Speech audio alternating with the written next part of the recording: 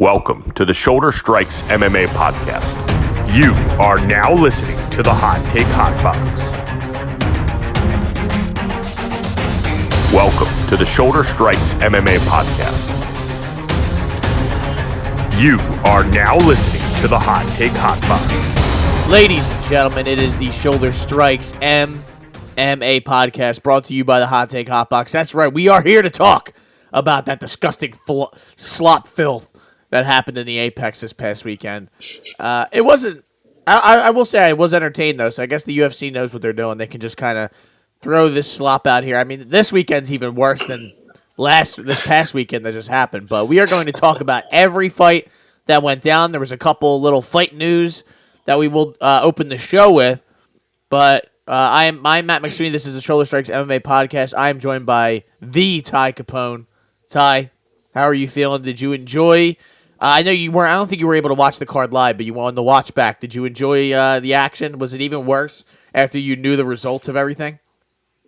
There was definitely a lot that happened. That's for sure. Mm-hmm. Like, you know, Mike Beltran told these people to stop fighting mid armbar. He was anticipating a submission. There wasn't a tap or anything. He was just like, "Oh, it's going to happen, so I'm just going to stop it." So that was that happened. Yeah, I mean, Chelsea Chandler in the Josiah Nunes fight. Just seeing the difference in these two ladies. It was size wise. It was really fun. Chelsea Chandler fights at like 165. How insane is that? Yeah. Yeah. What else? Angelusa, Brian Battle almost go at it after the fights ended in the co-main. So that's I was the co-main beating event. your ass. I was beating your ass. That's what he was yelling at us, dude. I got to fucking kill you. That's what Hans Lucer's got. I can't wait to get into that, dude. That's the main event was, very kind of anticlimactic, even though I think some of us weren't really that upset. I mean, once I saw him coming out to what song is that? Natasha Bedingfield, Unwritten. Yeah, Unwritten. Great song. I love it. I know all the words, unfortunately. And then he's got the long hair, and you're like, all right, this is a new Tai Tuivasa. Do you want to just break? You want to go right into the main event? Yeah, let's just do it. UFC Vegas, what was this, 88? 88? Yeah. I think we got all the fights happen, all 14, I believe, right? 13. Okay, my bad. I got that mixed up. We didn't lose any, unfortunately, you're right. And it opened up, we're going to open up with Tai Tuivasa. It closed out with Tai Tuivasa, Marcin Tybura. Submission 4 minutes into the very first round. Listen, as somebody I know, not that I know, that I saw one of the MMA accounts tweeted, if you're getting subbed by Marcin Tybura in the first round, it's probably curtains. You are cooked. And that's just simply the case. Listen, he cracked Tybura to be, like you made mention of, walks out to Unwritten by Natasha Bedingfield, which was a red flag. Absolute red flag. And then he cracks him with that elbow, and it's like you're like, oh, here we go. Like, we're in here. We got this. This is exactly what we came for. And then that was it. The first takedown. I mean, I thought at the very least he might be able to fight his way back up. Or then his defense was to just stand there and take punches off the side of his head. And it's like, okay, what are we gonna do there? And it's that was that. We'll talk about the fight news after we do this card, because this card is going to be very quick. I do want to talk about Robin Aaron getting his title shot, though. I think that is so funny. But Ty, awesome. what did you think of this fight? I mean, this is what we should have thought was going to happen. But listen, it goes to show you, though, the heavyweight's kind of very volatile. Why we hate betting it, why we hate when there's a main event, because if Tuivasa lands that, if we had Tybura sub and Tuivasa lands that elbow and Tybura goes to sleep, we'd be saying the opposite thing on the other side. Yeah, that's a good point. Speaking of Tybura sub, if you would have bet Tybura sub, man, you must have been seeing something, because the last time he got a sub, 2014. Yep. 2014 against Denis Smolderev, who at the time was 9-0 and is now 18-11. So clearly that guy wasn't any good. Hard times. Yeah. So I'm just looking at some of his fights before he fought Anti-Deletion. Yeah, I'm literally looking at the same thing. I'm like, oh my God. Anti-Deletion, and right before he got to the UFC, Christ, my leg injury. I keep forgetting he's been around for a minute. Yes. 38. It's just, Tai Tuivasa's I mean, man, he gets taken down. He's just lost down there. He either goes to sleep. Did he go to sleep or did he like tap out? Like, did he like slightly go to sleep or did he tap? He slightly went to sleep. Like, I think he like maybe it was one of them where like he like woke right up. Like it was like, well, as soon as the choke, he like popped up. I don't think he actually fully went to sleep. He didn't even get to be able to like fully put it in. Not that it wasn't tight, and not that it wasn't on his jaw. Also, yeah, hello. But he started to like go to the side of him. So like anybody that has any kind of grappling skills at all gets out of that or is able to fight it off, or honestly doesn't get taken down in that situation because he fought the takedown by punching him in the side of the head and then he went right down. I think it was Dominic Cruz, who I think had a great night, by the way. Just my another one. I like to have a nice overall Dominic Cruz rating when it's him in the Apex. Also, not Fitzy, what's his name? John Gooden. John Gooden. I love him when he says some of the things he says. I'm like, damn, I wouldn't have thought of that.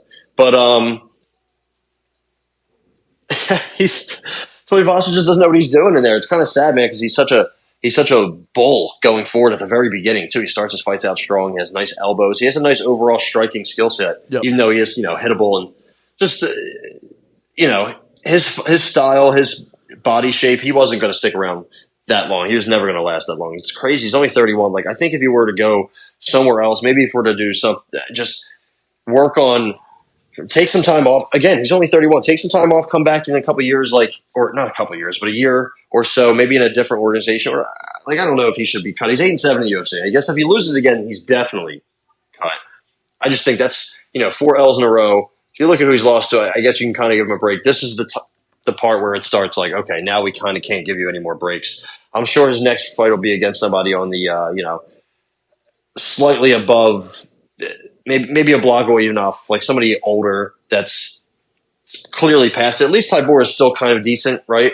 But yeah, you give him somebody that's definitely past. You give him the winner of this Mick Park and Muhammad Usman fight that's debuting or kicking off this card this weekend. Kind of feels like, what's the point of giving him somebody where he's going to get a layup win just so he can get another contract and take 3 more losses? I don't know. I don't know what's next for Tuivasa. I feel bad. I like him. You can tell how fucking upset he was. Yeah, I think it's over though for him. Unfortunately, I don't know. I don't know what he does from here. I honestly don't. I don't want to see Tai Tuivasa fight again. I don't care what's going on or what the reason is. He is a fun fighter, but unfortunately and this is going to sound so disrespectful, but it's meant to be. He's more on the level of a Harry Hunsucker than he is some of these ranked heavyweights. And I know that's kind of fucked up, and I'm sure you can go out there and disagree with me, but he is more of a fun Apex sort of filler fight kind of guy than he is a main event worthy just caliber fighter. I just, every time I see him out there, it's knockout or bust every single time. And some of these times we have gotten knockouts. He has some big time wins on his record. When he knocked out Derek Lewis, that was insane. With that same elbow too, exactly. Same way. And then once he got to this upper level, I mean, that win streak that he went on, Struve, who's no longer fighting, Harry Hunsucker, who, come on, Greg Hardy, let's be real, Augusto Sakai. Also, he almost got knocked out by Greg Hardy. Literally. And then Derek Lewis. So it's maybe that was a little bit of fool's gold because then he goes in, Cyril Gahn, he survived well against him, but he got fucking smoked. Yeah, but Gahn has no wrestling whatsoever. Pavlovich walked through him like he was some guy at a Target, and Volkov, Ezekiel choked him, and now you have this. So I think it's curtains. It's pretty much, he's fun. He's there. He's going to keep fighting. You can have him on the pay-per-view prelims or something along those lines, but other than that, I do not want to see him. And Tybura, in the same sense, I don't really care for him either. What about if Tai Tuivasa was fighting Francis Ngannou for the PFL Heavyweight Championship? Well, now Francis is saying he doesn't want to fight MMA next. He's got something left. His boxing head owes him something. Sure, it does. You just made like $30-40 million, bud. You're good. Yeah, I think boxing gave you everything you need. Maybe if he fights like Jake Paul, that people would watch. He would get money for that, and maybe he would win. I mean, I would assume he would win. and he'd probably get a bunch of money. Don't fight Anthony Joshua. Let's not do that anymore. That's like me. You're saying, you know what? I think me and Tom Aspinall, we can have a good scrap. Just do him and Deontay Wilder. Wilder's cooked. Wilder's cooked. Even though he might cook, I think he would. He might probably cook him. He should. He would probably do something bad to.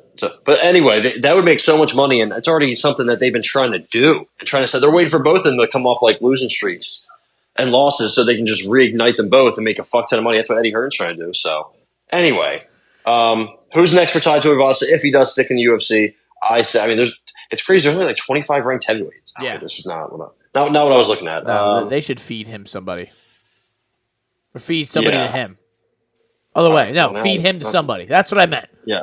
Somebody's getting fed something, but it's not us. We're not getting fed good cards. That's for sure. And I'm not getting fed good bets either. I'm not feeding you people good bets. We did preface last week's entire whole episode by saying do not bet anything on this fight, except for Jacqueline Emery. And I'll go out ahead of time and say, don't bet this next one either. This next one definitely don't bet. This next one, please don't. Maybe we get Tai Tuivasa lined up with your boy Thomas Peterson. I think I would like that. Oh God, Ty, what are you doing? Austin Lane. Stop. We don't want to see any. Tai Tuivasa, Robelis to Spain. Oh yeah, now you're cooking. Who let bro cook? What is bro cooking in there? Dude? Sam let me cook. I think I gotta go shut this dog up, man. That's what you make next, in my opinion. I am all in for Robelis to Spain fighting anybody, especially putting Tai Tuivasa to an early end of his career, or at least an early end of his UFC career. Send him back to LFA or something along those lines. And there's that. How about let's keep it moving, Ty? Oh, breaking news. Dude. Whoa, here we go. The PFL owner, the Don, they call him himself, has announced Bellator has a new home. It's on Max. So no extra cost. You get to enjoy all the Bellator Champion Series fight events in 2024 at no extra cost. Do you have Max? Are you a stream on Maxer? No. You got to get it, dude. I did. I mean, I have HBO, and I don't know if that counts. I think that counts. All right. There we go. Bellator has a new home, but they still are called Bellator, and PFL is still different. So not sure about that, but just wanted to interrupt. Thanks, Don. The live sporting event game is everybody's finding homes like Amazon. What's Jake Paul on? That's on Amazon, right? It's PBC is on Amazon at the end of this month. Did you see, again, real quick, Keith Thurman's out of his fight? No. Yeah, I can't say I'm surprised. I saw him like 2 months out. I'm like, what are you doing on the phone outside of my house? Yelling at somebody. Just yelling at somebody on the phone. I'm like, all right. I mean, you're about to fight Tim Tszyu. He's about to put you in a fucking body bag. But somebody probably said, hey, man, you're hurt. Dude, he's getting Fundora next. That's kind of crazy. The 6'6" middleweight. Yeah, that dude's going to sleep too. But anyway. Everybody's going to sleep. How about somebody who didn't go to sleep but threatened them to go to sleep was Ange Loosa. Eye poke ends this fight early. I will be honest, Ty. I thought that I don't want to say this completely. Who knows? You never know. Who knows? It did kind of seem like Ange Loosa was looking for a way out. When he was getting it put on him. He was getting beat up a little bit. Takedowns weren't working the way he probably thought they were going to. And, Brian, I'm just a Brian Battle fan, so I don't want to, go too much. Brian the Butcher battle. Brian the no Butcher. No more Pooh Boy. Or Pooh Bear. Yeah, have some respect. Wasn't he the Butcher first also? He goes back and forth. Because now he's Pooh Bear on what's it called? On Tapology. So it goes really back and forth. I don't understand it. Right. Don't know what's going on.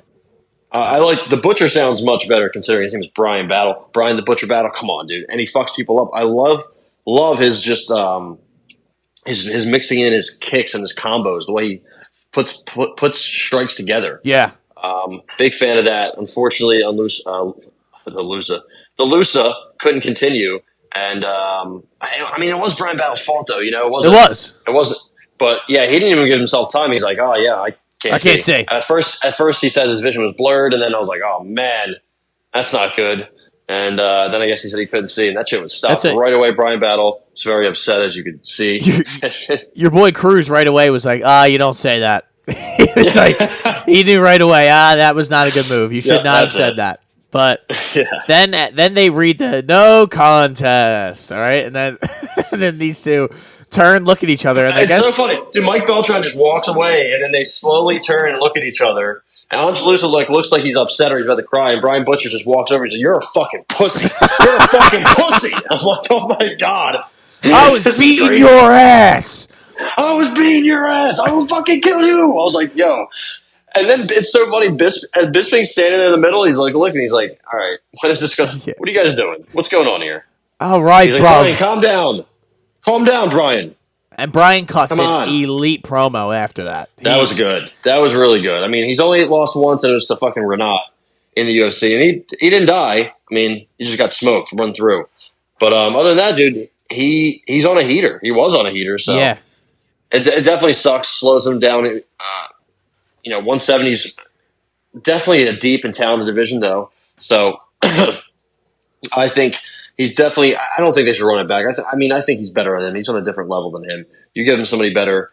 I'm in. I think I don't know. I don't know how to feel about him fully, but no, as his game overall, I'm not sure. But this guy's fun. Yeah, I'll sign up for him. He's also exactly. Remember, he couldn't put out Trayshawn Gore, and we were like, we don't know about this guy. And just the head kick of Sato, and then the quick 14-second demolition of Gabe Green, who I bet on. Yep. One of the roughest bets I've made. So put that up there in 2023. AJ Fletcher, our boy, your boy. So we'll see. He should definitely get another Apex co-main event spot, I guess. So then we got Ovince St. Preux pulling the upset of the century, the heist of the century, taking out Kennedy and Nzechukwu. I will say, Ty, I'd like to make a formal announcement on this podcast. Kennedy has now joined the do not bet list because this is despicable what he did on Saturday night. He had no chance of finishing Ovince St. Preux at all, and he's trying to have a kickboxing battle with him. He gets dropped even. Yes. I will never understand what he was trying to do or what the goal was here. But this is why we hate Kennedy and Nzechukwu. This is literally why. And it's because you can't trust him. And look at these wins, Devin Clark, Kutalaba, Carl Roberson, and then back to Danilo Marquez. That's his caliber. Yeah. It's not Dustin Jacoby, Ovince St. Preux, Mr. Nick, or Da Un Jung. Even Da Un Jung took him out. So it's Kennedy. This is our bad. We overestimated how cooked Ovince St. Preux was. He's a warm body. Yeah. He's still alive. So he's not completely dead yet. Yeah, I guess not. I'm just shocked. I mean, his corner is just screaming at him the whole time to go do something, and he doesn't want to. He's just like, I'm good. So yeah, I'm out. I mean, dude, he's at 4-7 May. I mean, how much more help can you give him? I mean, the guy's a physical freak.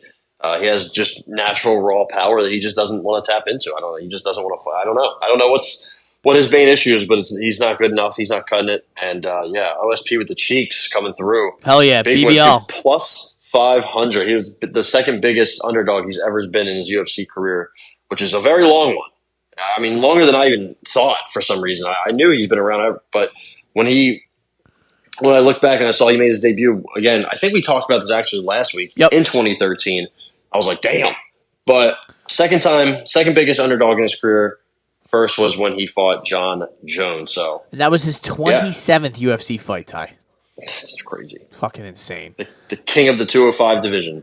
And hopefully the African Savage, I don't ever have to watch him fight again. But I will. That's just kind of how this game goes. Did you agree with the judge? The judges were kind of all over the place here with this one.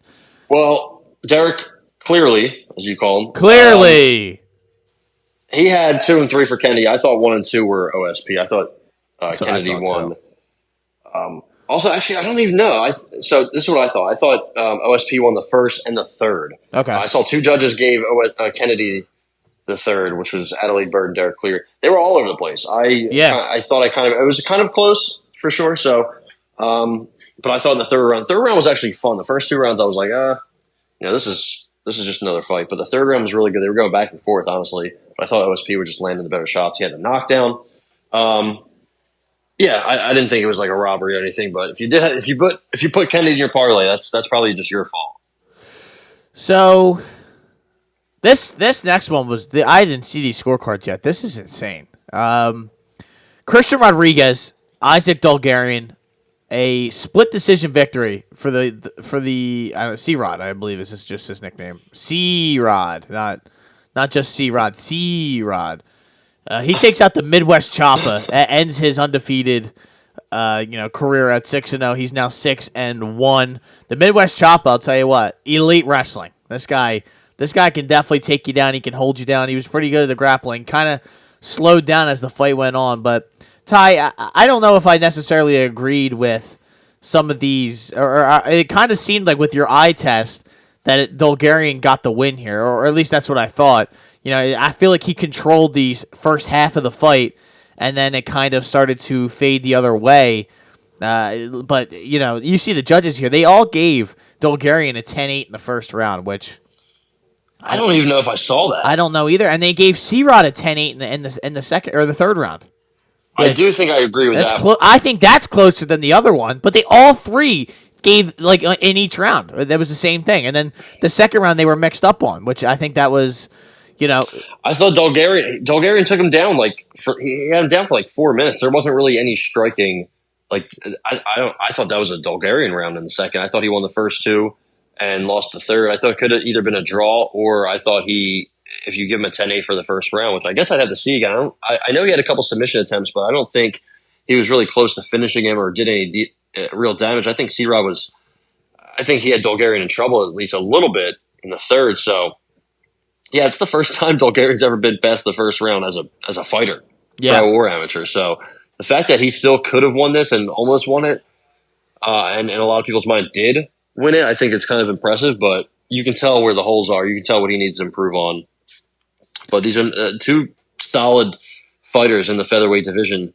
Just two more to add to the list, really. I think this was close. I don't think it's necessarily like a highway robbery, but I did think that just off the eye test, like I said, Dulgarian. And I also think that giving. I bet on C-Rod. So yeah, so did I. Yeah, we both had him.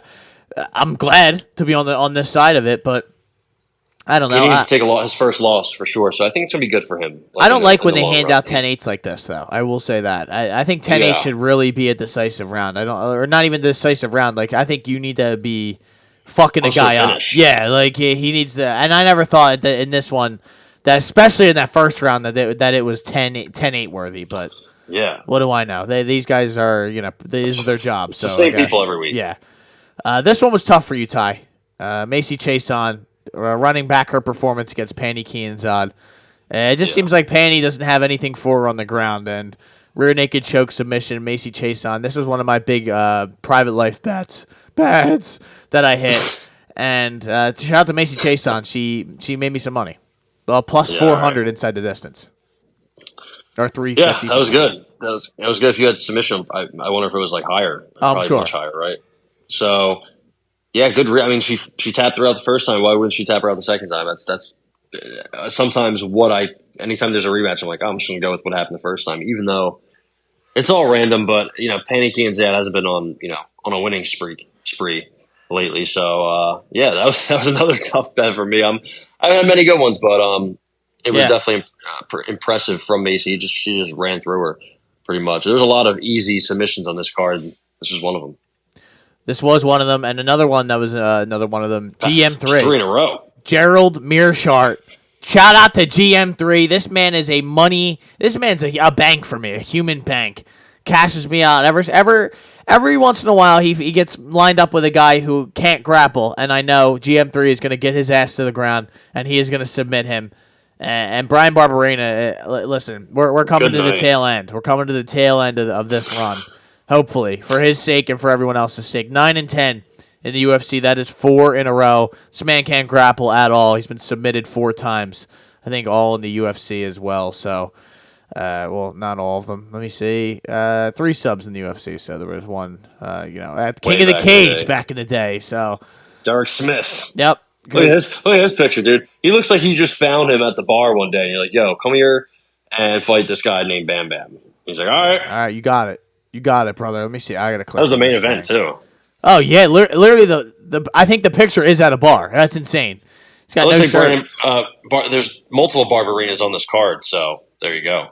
Carl Deaton, your boy, was also on this card. I wish I there was was there. There was 3 Barbarinas on this card. There's 3 of them. 3 Barbarinas on this card. That's insane. Are they all brothers? What the fuck? I assume so. I assume that's the picture, right? Is that them? The fight poster. That's probably not them. I don't know who that guy in the middle is. Yeah, that guy looks scary. Derek Smith armbarred his ass. It looks like a lot of losses in that Barbarina family. That's for sure. Kevin Mr. Barbarina. Cody. He went 8-7. His career is now over. Oh no, it's still going on. Well, I guess technically, yeah. He had a canceled bout recently. So there you go. And then where was maybe he's gonna outfight Brian because like you said, they gotta be all brothers. I think so. Yeah. I think that's. I think Brian's the one on the left. I don't know who knows. Why do I care? I'm out of here. I'm fucking on a King of the Cage. So I guess he trains with MMA Lab now. So I guess they need to. He thought he could get some magic that they got going on over there. I'm like, nah, bro. Yeah, they need to get him out of there so it doesn't make him look bad. Shout out to the MMA Lab though. I do think, I mean, the level of competition as it starts to go down, you're on a 3, 4, 5 fight losing streak, and it goes from like a RDA, Gunnar Nelson, Murdoff, now GM3. And they're all happening. You know, I think he's been put to sleep multiple times too, so that's never good. Yeah, he's done. And GM3, I mean, dude, what are we going to get next? He's 11-9 in UFC, and he was on a little bit of a losing streak. I think it was just 2. They're going to feed him to somebody. It's a sick cycle that they go through all the time. He's going to go. What was the last one? Petrosky was a close one. It's going to be somebody. Close. It's gonna be somebody like insane that you're like, wow, oh no! Like when it pops up on your Twitter feed, you're gonna go, oh no, GM3, and it's gonna be some guy who has some of the most slick and elite striking you've ever seen, and he's gonna send GM3 into the shadow realm. That's usually. I think I know who it's gonna be. I think it's gonna be Michelle Pereira. Oh, see, there you go. That's literally like or that's Shara Bullet in Abu Dhabi. Well, I actually think GM3 would beat Shara Bullet. Really. Because he can't stop a takedown. Shara Bullet was getting taken down at will by who was that? Bruno Silva? Was that who it was? I forget who it was, but it was Bruno Silva. Right, that's what I thought. It was easy work for him. So I don't know. I don't think he would get subbed though. Oh my God, Nurselton would kill GM3. There you go. So there's your name right there. How about Mike Davis? Taking out your boy Natan Levy, setting up the fight that you've been waiting for forever. But Natan Levy had nothing for Mike Davis. Mike Davis, of course, I have the TKO plus 295. Yeah. This guy is rocking Natan Levy all over the cage, and then he decides to get an arm triangle and submit him. So, but apparently he did say he was going to try to show off his grappling before this fight. So maybe we should have heard that. I don't know who he said it to. Listen, I'm not sure who told him, who he told that to, but this one's on me because I don't watch their interviews on these garbage these fight weeks. I just can't. I used to get into all that, and I felt like it was hurting my betting. So now I guess I have to. I mean, sometimes though in them fighter meetings, they tell the announcers what they're going to do, and that's it. And that's all we get. And then the fight starts, and you hear something. He's like, "Yeah, Mike's really looking to take him down early." You're like, "Wait, what? No, Fuck, no. He drops him 10 seconds in. You're like, all right, he's not going to do it. And then the whole time after that, he looks for that rear naked choke. You're like, bro, fuck this. And then he gets it, and you're like, damn, all right. Yeah. It was good seeing him fight. I love watching Mike Davis fight. It sucks. It does suck that he does not fight as often as he should. I like the guys he's training with now. At who is it? It was Cub Swanson, right? Cub Swanson, Fusion Jalen Excel Turner. Performance. Yeah, I didn't know they were all there. Cub Swanson, Cleveland, Baby Beast Mode McLean. I forgot about him. I think somebody else is with Cub Swanson. I forget who it is. I thought it was him. I'm not sure. But he's a tough out for anybody. Oh, he's training with Val Woodley. Yeah, there you go. He hasn't lost a fight since pre-pandemic, and it was Gilbert Burns. So, and before that was Sadiq Youssef, probably the best fight on the Contender Series history, and he was just a little bit behind Sadiq at the time. I think he might have, you might run it back with him one day if he wins another fight or two. He's only 31, like you said. Need to see him more. Yep. I think it's been almost 2 years since he exposed our boy Borshev. So good wins, honestly, on his record. Mason Jones is a solid one. He's over there doing his thing in Cage Warriors. I think he's won 3 in a row since leaving the UFC, all by finish. So run it back, dude. Let's run it back. I don't know. Yeah, why not? And this is another good fighter at 155. 155 just has so many good fighters that aren't ranked. Like, you know what? Let's name somebody else, Ty, who is now, and this hurts. This hurts big time for me. I know, and you know where I'm going with this. Yeah. Josie Nunez has now been entered into my do not bet list, and I know out there people are like, no, how could you do this? She's a shrimp. She's too small. It's that simple, and she's fighting at 135, and she's 5'2", and instead of losing weight, or getting into shape, she's rather fight at featherweight, and if there was a heavyweight, she would be fighting at that if she could. It's a tough situation. Chelsea Chandler gets a unanimous decision victory over her. Let me see. I'll pull the judges' scorecards up for you people out there. Josie did not turn it on until the third round. That was the only round she won. Chelsea Chandler wins the other two. Unanimous decision victory. This was tough, Ty. Yeah, it sucks because she was landing the left hand a lot. I don't know if they mentioned or said something about her breaking her right hand because she didn't throw it as much in the later rounds. So that could have been something to look out for. But, yeah, dude, Chelsea Chandler's just too much big. She's just a weight bully. Yeah. Really is what Chelsea Chandler is. Also, watching her, like, the way she moves just bothers me. Everything about her bothers me. This fight infuriated me. Yeah, it sucks. Josie won, the third, right? She just couldn't stop getting taken down in the first and second. The second, really, I mean, she gets taken down and just held there. So that's very unfortunate, but I think she'll be back. I think, like you said, maybe move down. It's funny. Chelsea Chandler misses weight. She's apparently walks around at 165. She's ranked 14th at bantamweight, a weight class that she has never actually made weight for in the UFC once. That's insane. So, yeah, that's because she fought Norma. I think they fought at 145, and I think she didn't miss. I think she missed weight when she fought Stoliarenko. So she just absolute fluke. No, I think where'd she fight Stoliarenko at 145 also at 140. Sorry, she had to make it a catch weight because she couldn't make 135, and she fought a girl at 125 who was trying to make 135. Like I said, absolute weight bully, and lost to somebody who's also a weight bully, Norman Dumont. Josie, I mean, dude, again, just kept in her with that left hand. She has a good left hand. She has a nice little gas tank.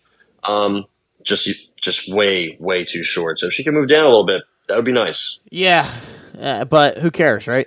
She's not going to. She hasn't done it yet. If she does, then she probably would be able to compete at least with some of these girls. But again, if you're gonna but you're getting taken down by a fucking monster who did miss weight. There's so many factors that go into it. But this fight just infuriated me. I wish I could have rescinded my moneyline bet, but right before it, I was like, we're not. We're on the wrong side here. Wrong side.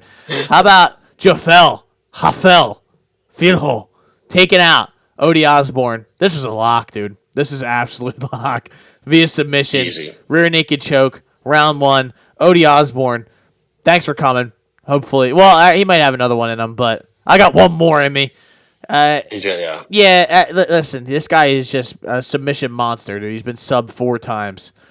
I think all of them, all of them or 3 of them have been in the UFC. I always say that, but then there's always one where somebody got subbed on the regional scene where you're like, Brian Kelleher one's always tricky. Yeah, that's at least Jafel Filo's a dominant grappler, Yeah, I'll talk about red flag. That is the ultimate red flag. But yeah, listen, good win for Filho, and I think we all had it right.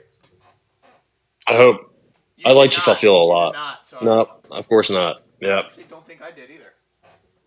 It's interesting. I think I definitely. I'm gonna have to go back and listen to that. I don't know. I feel like I'm missing some of these when I'm writing them down. So. Yeah, I feel like we're just saying things sometimes. Yeah, who knows? We probably both didn't take it because we don't know, but who knows? How about Danny Silva getting that split decision off of Josh Kulabau? We both didn't want to bet this because we had no idea what was going to happen, and I'm glad we didn't because I think it was a split decision, or no? No. Yeah, it was. It was, that's right. Did you like this fight? It was pretty decent. Back and forth. He dropped Kulabau early, I believe. He also missed weight. Did Mr. Danny Silva. I think the scorecards were a little split. Yeah, anytime you have the trio of Derek Cleary, Sal D'Amato, Ron McCarthy, you're like, fuck, man, I got to make sure this fight does not go to the second round, let alone the first, or the third. But I do think Danny Silva won the second and third because I think no. I thought he won the first, lost the second, won the third. I feel like I already forget this fight, and I just watched it.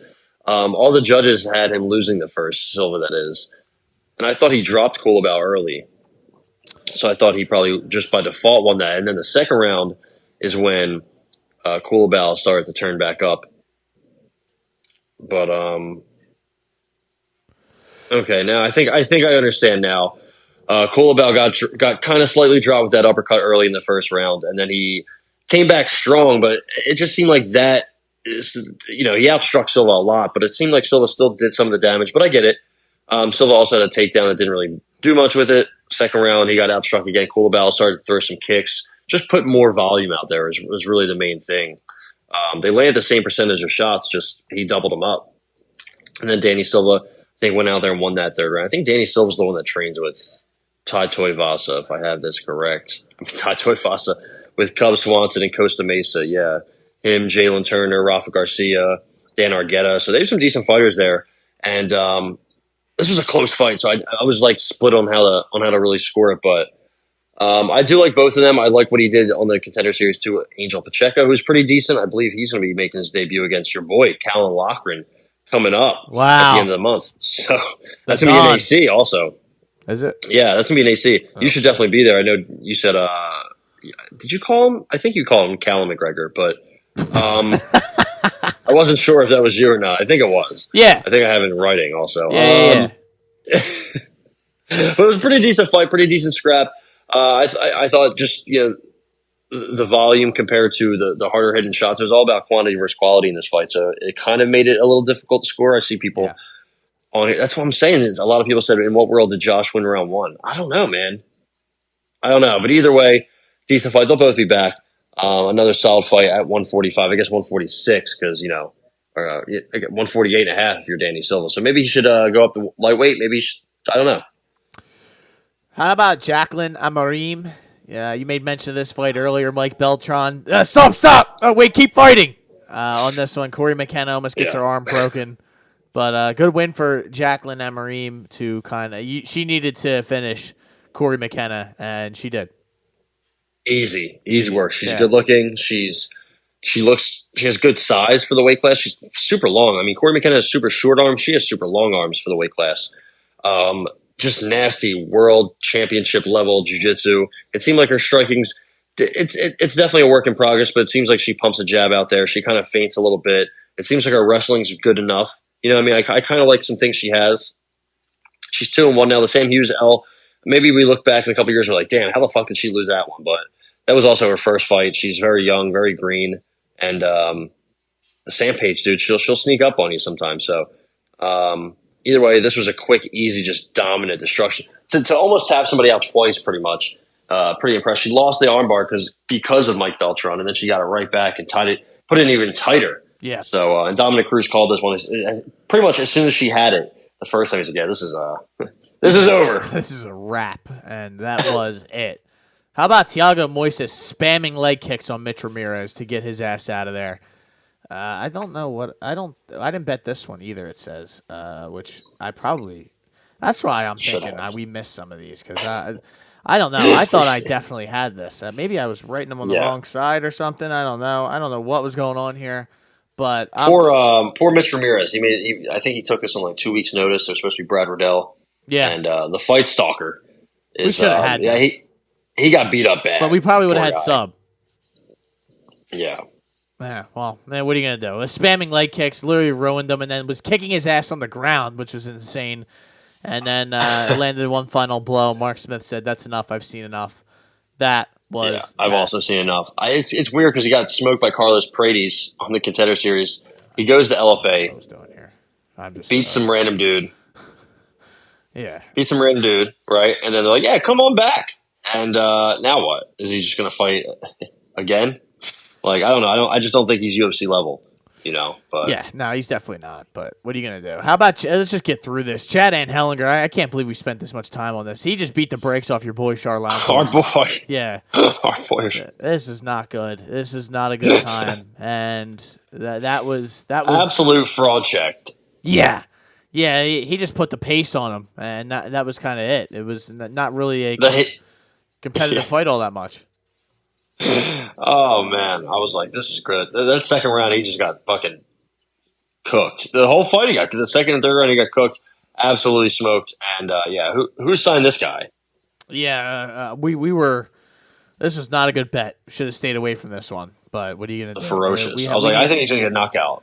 We need to bet something here on these cards. But there it is, ladies and gentlemen. That was UFC Vegas 88. Who got the awards? That's a great question.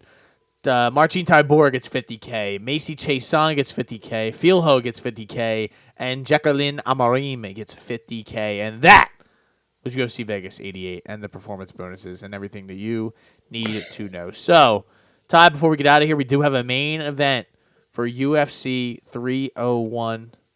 I know everyone was out there like, who could this be? Who could this be? Alexandre Pantoja. He wanted somebody new. He got somebody new, Ty. Steve Erceg is getting a main event slot, a championship fight for the 125-pound belt against Alexander Pantoja. This is a hell of a... Wait a second. Is Jose Aldo fighting on this card? Yeah, he's fighting Jonathan Martinez. I thought he was done. I got one more in me. Didn't he retire? He did, but it appears he's back. Jonathan Martinez might cook him. That's not good. All Battle right. of the leg kicks. So we got that's a hell of a card though that they wound up putting together. I mean, it's not crazy good, but at least we have some worthy fights that, I mean, honestly, compared to some of the shit we've been watching recently, I'll take this any day of the week. Elvis Brenner getting in there. Oh my god! Oh my god! I forgot about this. Orobai. That guy's Holy pretty good. Shit, he's scary. He tried to rip Euros Medic's head off with that neck break that one time. That was insane. Wow. Carrot Cake, dude. Carrot Cake is on this card. I was just talking about her. Carrot Cake? Who the fuck is that? What is that? Ernesta Carrot Kate, or whatever, however it's pronounced. Carrot Heavy-handed. Heavy-handed, yeah. She was on the Contender Series. I call her Carrot Cake. She's not that good. She's fighting Dione Barbosa, who is pretty solid, also from the Contender Series. If you don't know now, you know. So, Ty, I did want to ask you, though, like, for the main event, this is pretty crazy for a UFC fight, title fight, to feature a guy who's this far down in the rankings. He's number 10 in the rankings. So this guy jumped the list on everybody pretty much. I mean, you got Roy Val, who was not really worthy of another shot. Brandon Moreno, nah. Albazi, no. Kai Kara France, Nicolau, Manel Kopp, your whole team, Mukayev, Alex Perez, Tim Elliott, all those guys are ranked ahead of Steve Erceg. And honestly, I don't care because I think this is a great fight. I'm very excited for this fight. I think Steve Erceg is a live dog in this fight. I don't actually know what the odds are, but I assume he is the dog. And he is plus 210 on FanDuel right now that you can get that at. But listen, very, very excited for this. And I think by the time the fight rolls around, we might be calling for we might be calling the dog pound. Get the dogs barking for this one.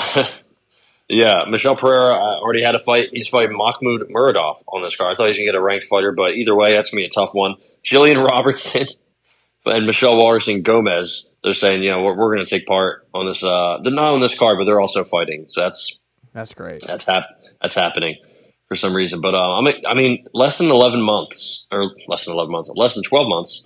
months from his debut, he's getting a title shot. That's insane. I mean, I wouldn't pick him to win, but I don't know. Maybe he wins. Pantoja's been in a couple wars lately, and the flyweight division changes hands seemingly a lot now. So I don't know. I'm just saying it would be an awesome story. It'd be super cool. I would be rooting for him, even though I do like Pantoja as well. It's gonna be really tough. I mean, the grappling exchange is gonna be good. He's got that long man chokes that he could try to implement, but I don't know if Pantoja is somebody you want to grapple with. No. But either way, I also don't know if you want to strike with him. So who knows what's going to happen. It's going to be an awesome fight, though. I'm very excited. And I can't believe Jonathan Martinez and Jose Aldo are fighting. I did not know that. So, we're getting Brennan out and Chris Curtis, too. I forgot Vittori is not fighting anymore, thankfully. We're getting Brennan out and Chris Curtis on April 6th.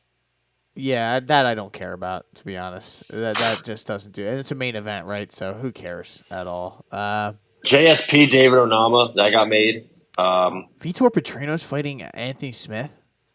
Yeah. Oh, boy. He's sending him back to the desk, that one. Grant Dawson, Joe Selecki is going to be on 302. That's decent. It looks like Fremd is out, so Cesar Almeida will get Dylan Butka. Who cares? It's crazy how they announce these events, but they don't know where they're happening or who the main event is. Yusuf Zalal is back. Billy Q and Yusuf Zalal are fighting March 23rd. Billy Q repping Tampa. Yusuf Zalal is 3-0 since he got cut after that draw with what's his nuts? I forget his name, but the Moroccan Devil. He had a draw against Damon Blackshear. Yeah, and he's the only one to take Topuria the distance. So bring him back. Get him in there. Get him a title fight. Lost a split decision to Sean Woodson too. He wasn't that bad. He was just kind of like a king, the king of decisions when he was in the UFC. It was 3-3, with 3 wins, 3 decisions, and then 1 draw. All 7 fights going to the distance. I don't see much change in there other than if he fights Billy Q might get his ass out of there. But Ty, that's pretty much it. Did we miss anything in the boxing world this past weekend? There was William Zepeda fought. I think William Zepeda beat the fuck out of Maxie Hughes, if I recall correctly. We also had Liam Walsh, right? Was it Liam Walsh? Is that Callum Walsh? Sorry, Liam Walsh is somebody else. Probably somebody else. Let's see. What did Callum do? Did he win? I'm assuming he did. He's 10-0. Yeah, he won by knocked him out in the 9th round. Hollywood Fight Nights probably was a pretty good card. Yeah. No, I doubt it. The co-main was Feargal McCrory. Wow, wonder if he's Italian or not. Yeah. Jesus. My name is Feargal. That's brutal. But yeah, Maxie Hughes got absolutely run through by Mr. Zepeda. Zepeda needed a big win to really just establish his dominance. Floyd Schofield won by persistent fouling from Mr. Astori Suero. Once the fight didn't go well for the Dominican, he started just doing all kinds of dirty shit, and they DQ'd him. So good on them for that. Floyd Schofield, another good win for him. And he's one of my favorite prospects in all of boxing. Tristan Kalkruth, another pretty good boxer at 200 pounds, got a second-round knockout. Let's see what other prospects came through here. It looks like the Morales fight didn't happen, so that sucks. But other than that, yeah, there was no boxing. I feel like there's not really much boxing coming up either. I think Jose Zepeda is fighting this week against Dalton Smith in the UK, so he better get a knockout or he's not winning that decision.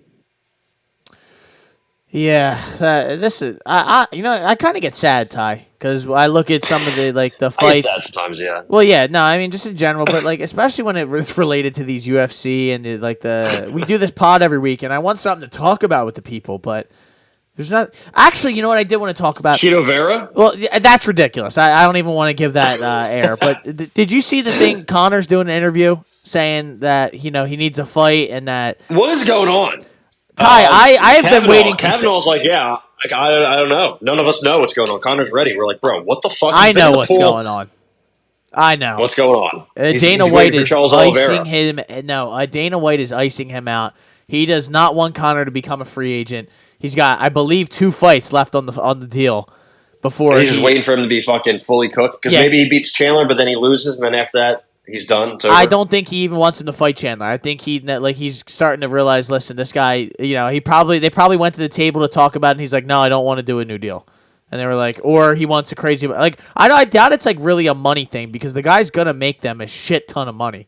So much fucking money. That I don't get. I think this is more of a we don't want him going elsewhere and boxing somebody and making money, without us getting a piece of it. So I know this is supposed to happen early 2023, but what if we just keep waiting? September 2024, that's at the Sphere, 306? I believe What if that's when they're waiting? Michael Chandler, Conor McGregor, headline the Sphere. I hope so, but then why don't you just say it? Why don't you just put it out there and be like, that's what we're targeting. And June is another date that he was looking for. Nothing. Got nothing on that. He wants to fight Chandler. He wants to fight Diaz. He'll fight any. It sounds like he wants to fight Poirier. That's what I'm saying. It's not like it's a situation where he's like, I'd be down for that. Yeah, sign me up. That's what I'm saying. I just think it's a disgrace that this guy's finally healthy again, and he doesn't want. And Dana's best thing that he can say is, "Oh well, he doesn't. He's not in camp. He doesn't. He has to show me that he's he not wants ready, to fight. yeah. Go fuck yourself. He doesn't have to show you shit. Make the date." Sign the contract, and the guy will show up ready to go. He always has. Has there ever been a case where it's like, oh, Conor wasn't training? No, it's either he got beat or he wasn't. Yeah, like it's never a situation. He doesn't pull out of fights. The guy's leg could be falling off. He's not pulling out of the fight. He's gonna bring you in at least 1 million buys. What the fuck are we doing? This guy's career is slowly fading away. One of the great superstars that this fight, that MMA, UFC, anyone's going to see. This guy changed the game for a lot of people that are involved in MMA. I think it's a disgrace that Dana White's going to do this and kind of just make it really about himself. And I truly, truly can't wait until that man steps away. I never thought I would say that, but it has gotten to the point where he disgusts me. Yeah, he used to be the biggest dick rider of Conor, too, because he knew what Conor meant to him and the organization. Now he's just like, well, he doesn't need him. That's the thing. It's like, I don't need you necessarily. We make a ton of money on the ESPN. Probably is giving them a bigger piece, or they're making so much money off the TV with the ESPN Plus. They're pumping out products every single week, garbage or not. They're probably getting paid the same. So that's why you see a lot of these shitty fucking cards, and the only good cards you see are some of the pay-per-views, not even all of them. I just think it's a disservice to the fans. Because I know there's some people out there that are like, Conor's cooked. Nobody wants to see him. That's just not true. I don't know if he's cooked or not. That could be true. And that you can. I'm not going to argue with you there. But to say that nobody wants to see him is a flat, bold-faced lie. And that's from people who are just haters. And I understand why you would haters. My partner over here is somewhat of a hater. He has been for some big time Conor hater, but I definitely want to see him. That's what I'm saying. But you know how much fun it is when when a fight rolls around compared to when we're watching Tai Tuivasa and Marcin Tybura on a Saturday, compared to when Conor gets a fight announced and the party that you go to has 30 fucking people or 40 people, and you're watching on a projector somewhere because you couldn't watch it inside because everybody's fucking losing their minds. Like that. That's the energy that we like for the fights, and I think we're getting robbed of that. That's why I wanted to make sure I made mention of that. I agree. I honestly agree with everything you said. I don't understand what Dan's waiting for. I don't know what are we doing? What's the plan? Everybody always, and he's going to get asked this every week. Now the problem is the MMA media is just complete dog shit. UFC decides who they want to be there, and if you ask any kind of tough question, nobody's going to ask about the lawsuit that's going to take place in like a couple weeks, and nobody's going to ask about.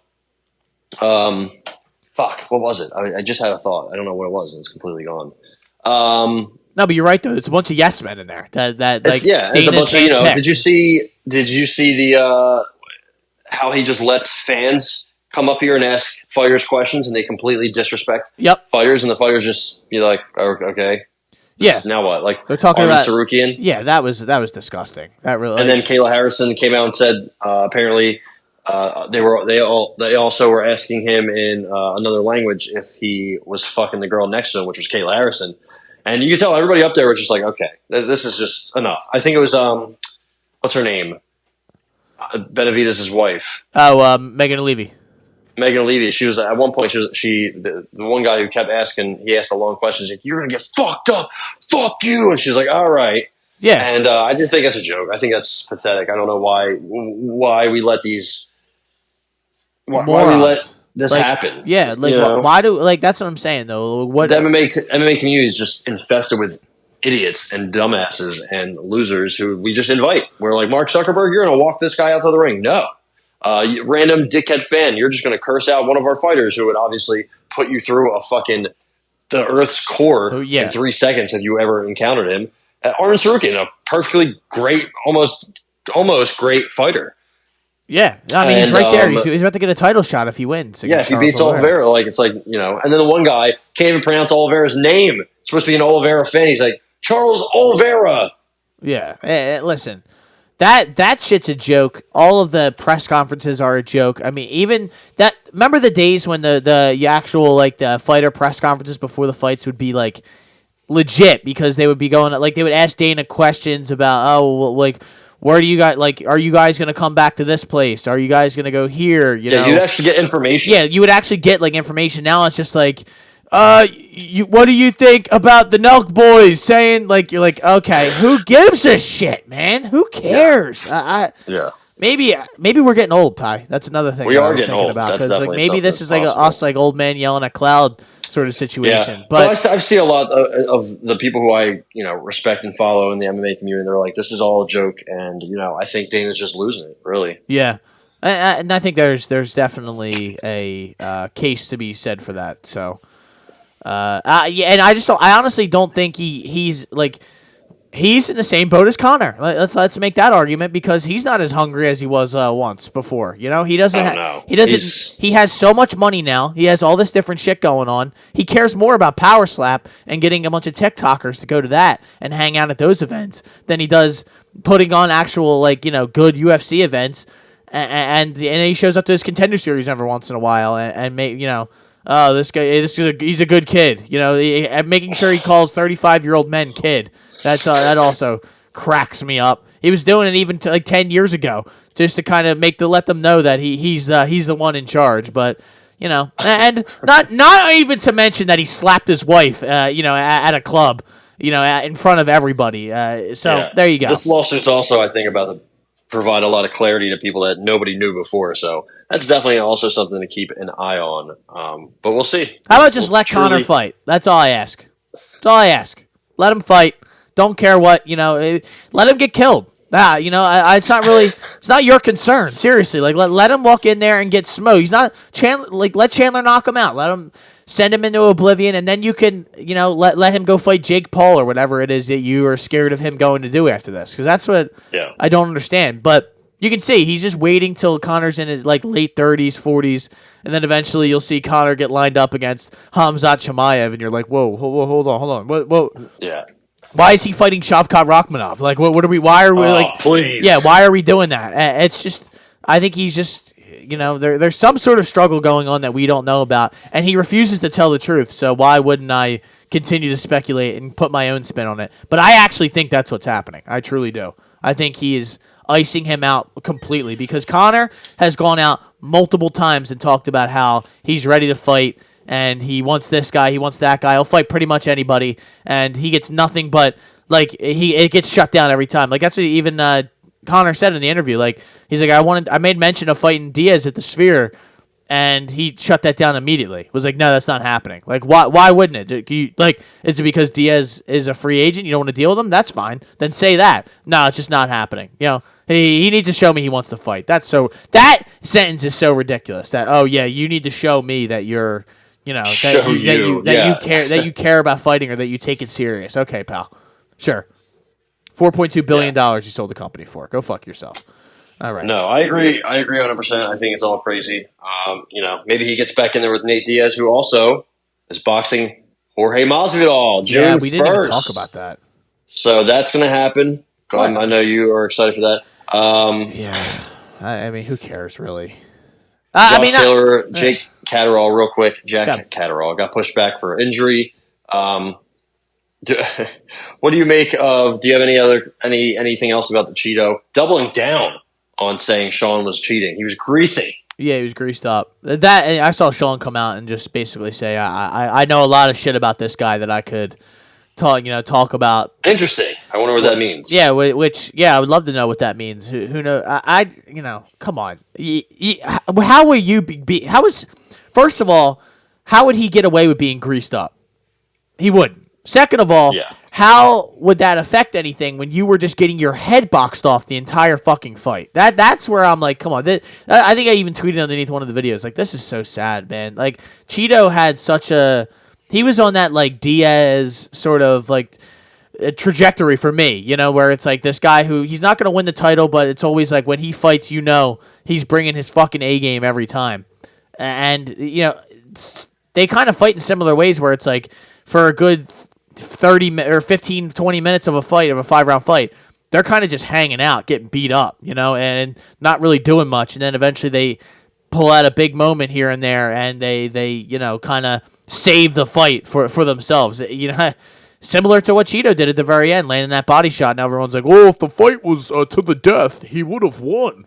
Yeah, okay. Yeah, I've said that line when my fucking feelings have been hurt a couple times too. Yeah.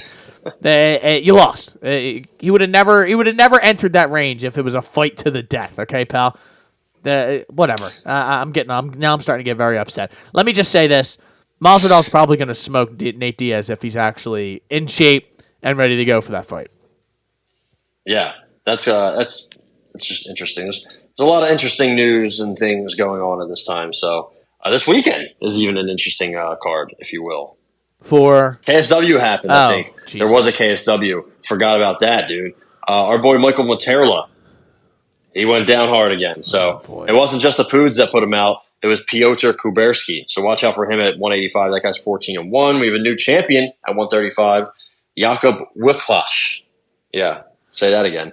Wasn't there somebody else that was on this card, I think, that we knew? It appears not. So this guy, he was a basketball player, I guess. He won. He started the night. He broke a guy's arm. His topology picture is him in a basketball jersey. So yeah, it's nice. Him with his gloves on in a basketball jersey. That's interesting.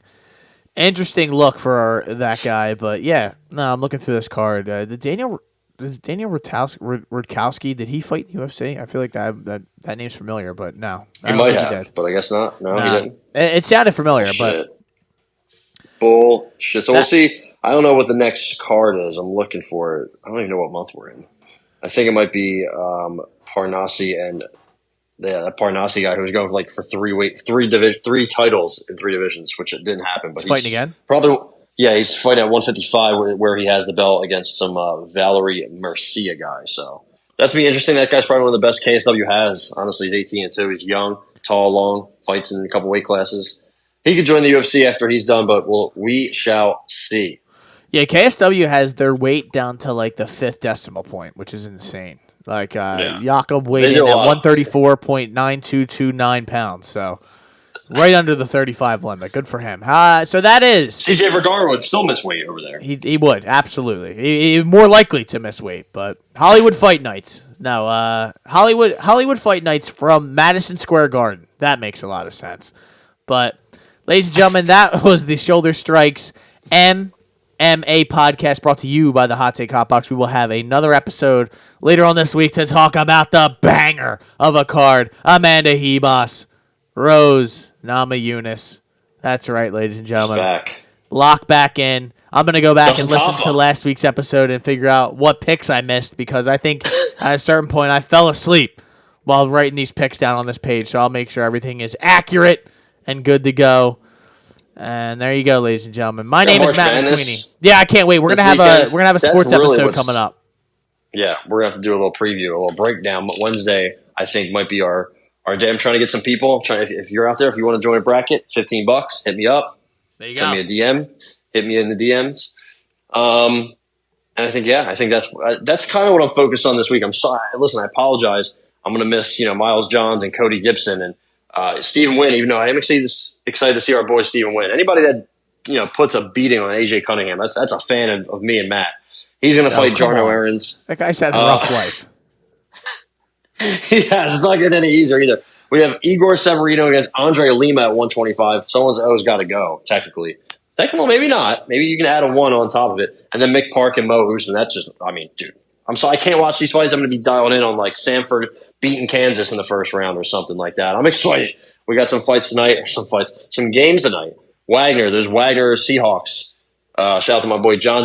They're going to play Howard. 640. Howard has the 8th-year senior, Seth Towns. That guy's 35 years old out there running around. He's 47. Started his career at fucking Harvard, went to Ohio State. Then he sat out here. He's like, I'm going to wait. I'm just going to chill for a little bit, get my GED, get something. And then we got Colorado State and Virginia. The play-in seeds this year are 10s instead of 11s for the first time ever because that's how many trash teams won their conference. That shouldn't have happened. So weird year, but I got UConn. I'm sorry. Yeah, I think I'm going to go Houston, but I have to give a very chalk. Yeah, exactly. I'd have to give a more intense look at the bracket. I never pick non-chalk because I there's nothing more frustrating than when you do that and they get eliminated in the second round. You're like, okay, that's. Yeah, I should have known they weren't going to beat Kansas. I should have known that, but Kansas is going down early. Sorry. Yeah, but hopefully Marquette does too. I don't like them, so there you go. That is the Shoulder Strikes MMA podcast. My name is Matt McSweeney. I'm Tai Capone, and as always, do not bet this card this weekend.